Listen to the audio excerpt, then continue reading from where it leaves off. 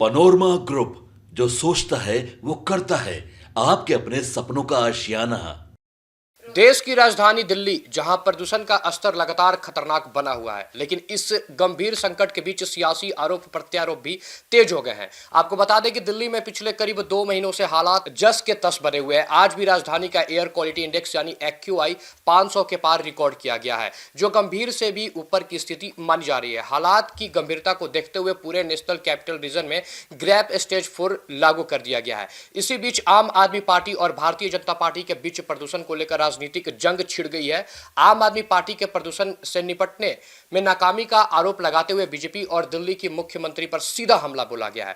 Grab 4 लागू होने के बाद आप के दिल्ली प्रदेश अध्यक्ष सौरभ भारद्वाज ने कहा कि मौजूदा सरकार को सत्ता में आए लगभग 1 साल हो चुका है, लेकिन प्रदूषण को लेकर कोई ठोस समाधान सामने नहीं आया है। उन्होंने कहा कि देश में इस वक्त कहीं पराली जलाने की घटनाएं नहीं हो रही है।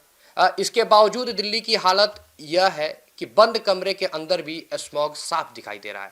सौरभ भारद्वाज ने दिल्ली की मुख्यमंत्री पर सीधा सवाल उठाते हुए कहा कि उन्हें यह तक नहीं पता कि एक्यूआई होता क्या है। उन्होंने आरोप लगाया कि मुख्यमंत्री यह कह रही हैं कि कोई भी इंस्ट्रूमेंट एक्यूआई माप सकती है। सौरभ भारद्वाज ने यह भी कहा कि अगर मुख्यमंत्री को बुनियादी चीज़ों की जानकारी नहीं है तो दिल्ली के लोग अगले 4 सालों में उनसे क्या उम्मीद करेंगे। मुझे लगता है कि इस स्थिति में एक्सपर्ट्स को आगे आना चाहिए और मुख्यमंत्री को पीछे हट जाना चाहिए। उधर बढ़ते प्रदूषण को देखते हुए CAQM यानी कि commission for air quality management ने पूरे एनसीआर में ग्रैप स्टेज 4 लागू कर दिया है। इसके तहत एनसीआर, पॉल्यूशन कंट्रोल बोर्ड और अन्य संबंधित एजेंसियों को निर्देश दिए गए हैं कि हवा की गुणवत्ता और खराब ना हो।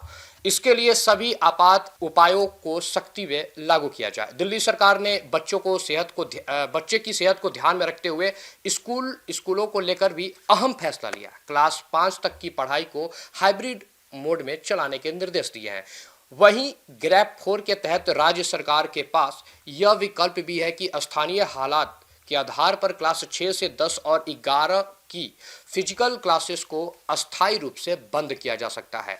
प्रदूषण का स्तर अब साफ तौर पर लोगों के स्वास्थ्य पर दिखाई देने लगा है। दिल्ली एनसीआर में बड़ी संख्या में लोग सांस लेने में तकलीफ, आंखें में जलन, मतलब जो आंखों में जलन होती है वो, और गले में खराश और लगातार खांसी की शिकायत कर रहे हैं। अस्पतालों में रेस्पिरेटरी मरीजों की संख्या बढ़ रही है। कई डॉक्टरों ने यहां तक सलाह दी है कि अगर कुछ दिनों के लिए दिल्ली छोड़ने का विकल्प है तो लोग ऐसा करें, क्योंकि आने वाले कुछ हफ्तों तक हवा की स्थिति और खराब रह सकती है। एक तरफ दिल्ली जहरीली हवा से जूझ रही है तो दूसरी तरफ सियासत भी अपने चरम पर है।